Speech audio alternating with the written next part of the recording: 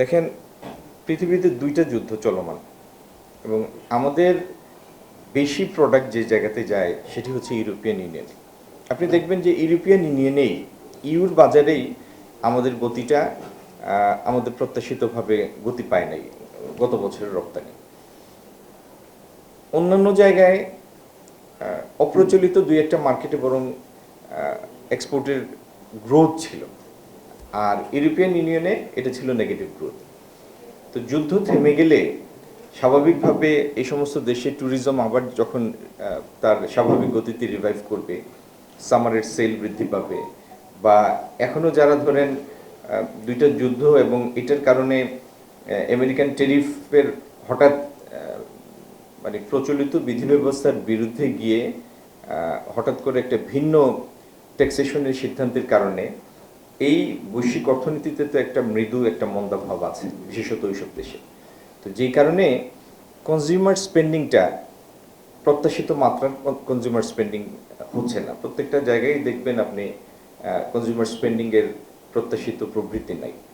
তো এই জিনিসগুলি কেটে গেলে ইনশাল্লাহ আমরা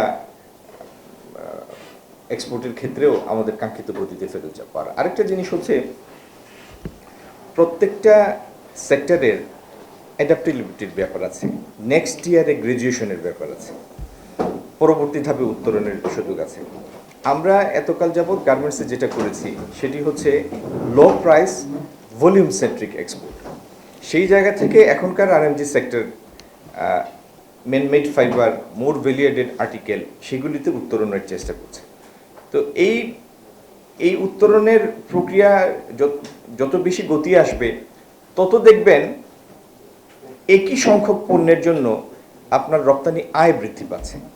আজকে 5 ইউনিট রপ্তানি করে যদি ধরে নেন, ফর এক্সাম্পল, যে আপনি $5 পাচ্ছেন, আপনি ভ্যালুয়েডেড আর্টিকেল এই 5টা ইউনিট রপ্তানি করে দেখবেন $7.5 পাচ্ছেন, $8 পাচ্ছেন। তো এইভাবে ভ্যালুয়েডেড আর্টিকেলের মধ্যে উত্তরণের যে প্রক্রিয়া, সেগুলি আমাদের গার্মেন্টস এই প্র্যাকটিসটা শুরু করেছে, আরএমজি খাত। ইনশাল্লাহ এটারও প্রতিফলন আগামী দিন দেখবেন। আমি পূর্ণমাত্রায় আশাবাদী, আমরা আমাদের অলরেডি ইনস্টল যে প্রোডাকশন ক্যাপাসিটি আছে, এটা ফুললি ইউটিলাইজ করতে পারলে আর বৈশ্বিক পরিস্থিতি স্বাভাবিক থাকলে এই 38-39 বিলিয়নের আরএমজি এটার বিপুলভাবে বৃদ্ধির সুযোগ এখনও আছে।